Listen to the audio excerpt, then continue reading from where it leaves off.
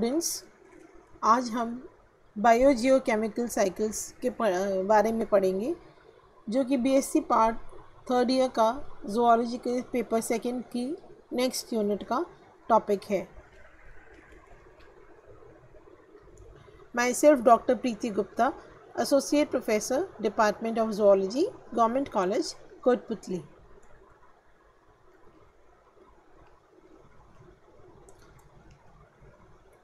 We have already learned that living organisms require several chemical elements for their life processes.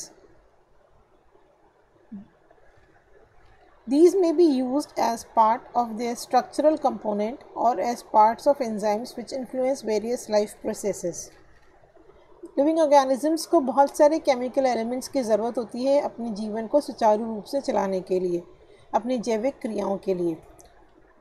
इसलिए ये सारे elements कुछ तो use होते हैं उनके स्ट्रक्चरल के निर्माण के लिए, कुछ एंजाइम्स के पार्ट्स होते हैं जो कि लाइफ प्रोसेसेस में जैविक क्रियाओं में बहुत काम आते हैं। एंजाइम्स न्यूट्रिएंट्स कंटिन्यूसली एनवायरनमेंट और ऑर्गेनिजम्स के बीच में एक्सचेंज होते रहते हैं। करीबन 40 एलिमेंट्स हैं जो कि प्लांट्स और एनिमल्स को जिनकी ज़रूरत होती है अपने जीवन क्रियाओं को सुचारू रूप से चलाने के लिए। Most important elements are carbon, hydrogen, oxygen, phosphorus, potassium, sodium, sulphur, calcium, iron, magnesium, boron, zinc, chlorine, boron, iodine, iron etcetera. First of all, definition of biogeochemical. Bio means living, geo means earth or rock, and chemical means element. So biogeochemical तीनों शब्दों से मिलके बना है कि living beings में rock और elements के को मिलाकर बायोजियोकेमिकल वर्ड बना है। That is cycling of nutrients in the biosphere is called as biogeochemical और न्यूट्रिएंट साइकिल्स। न्यूट्रिएंट्स का जो चक्र हमारे बायोस्फीयर में चलता है उसे हम बायोजियोकेमिकल या न्यूट्रिएंट साइकिल कहते हैं। It involves movement of nutrient elements through the various components of an ecosystem. These elements are continuously cycling in the ecosystem through the biogeochemical cycles, and the Earth has no input of these nutrients. मतलब जो bio elements हैं वो continuously biogeochemical के cycles के द्वारा हमारे ecosystem के various components में घूमते रहते हैं। अर्थ का कोई इसमें रोल नहीं होता, कोई इनपुट नहीं होता। These nutrients from the dead remains of organisms are recovered and made available by decomposers. मतलब जो डिकम्पोजर्स हैं वो हमारे डेड रिमेन्स पे एक्ट करते हैं और रिकवर करते हैं न्यूट्रिएंट्स को और वापस से हमारे साइक्लिक सिस्टम में डालते हैं। These nutrients are never lost from the ecosystem. तो बायोजियोकेमिकल साइकिल्स में एक continuous cycling of the cycling and recycling of elements keeps on going on.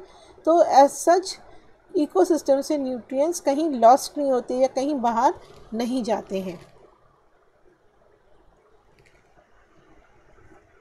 Types of biogeochemical cycles in the ecosystem we have following cycles: the water cycle, जल चक्र, gaseous cycles that is गैसीय चक्र जो कि 3 प्रकार के होते हैं: oxygen cycle, the carbon cycle and the nitrogen cycle. और तीसरी प्रकार की साइकिल्स होती हैं सेडिमेंट्री साइकिल्स। ये भी 4 प्रकार की होती हैं: phosphorus cycle, sulphur cycle, potassium cycle and calcium cycle. ये एक डायग्रामेटिक है कि डिफरेंट साइकिल्स का एक चित्रण है, डायग्राम है। Water cycle, carbon cycle, nitrogen, phosphorus, oxygen, sulphur and all this. We are going to study each and every cycle in detail in my consecutive lectures. So सबसे पहले water cycle. Water cycle is also known as hydrological cycle. Hydrological water cycle includes, as the name suggests, water. हमारी जो पृथ्वी है वो watery planet है solar system का, पर प्रचुर मात्रा में पानी पाया जाता है अर्थ में, पर खाली छोटा सा fraction of water is available to plants and animals. It is not evenly distributed throughout the surface of the earth. Major percentage of total water on the earth is chemically bound to rocks and does not cycle. So कहने का मतलब ये है कि जो water है हमारी body earth planet पे वो है तो प्रचुर मात्रा में, पर एनिमल्स एंड प्लांट्स को बहुत कम मात्रा में मिल पाता है, क्योंकि वो एक तो इवनली डिस्ट्रीब्यूटेड नहीं है उसका फैलाव, और दूसरा काफ़ी परसेंटेज रॉक्स में बाउंड फॉर्म में पाया जाता है, तो वो रिसाइकिल नहीं होता है, इसलिए भी वो जो वाटर है वो एनिमल्स और प्लांट्स को नहीं मिल पाता. Movement of water between different reservoirs on the earth, that is underground and in the atmosphere, is known as water cycle. Water cycle क्या है? रिजर्वायर्स अर्थ से, अंडरग्राउंड से और फिर एटमॉस्फेयर में वापस जाने को हम वाटर साइकिल कहते हैं. Water is crucial to life.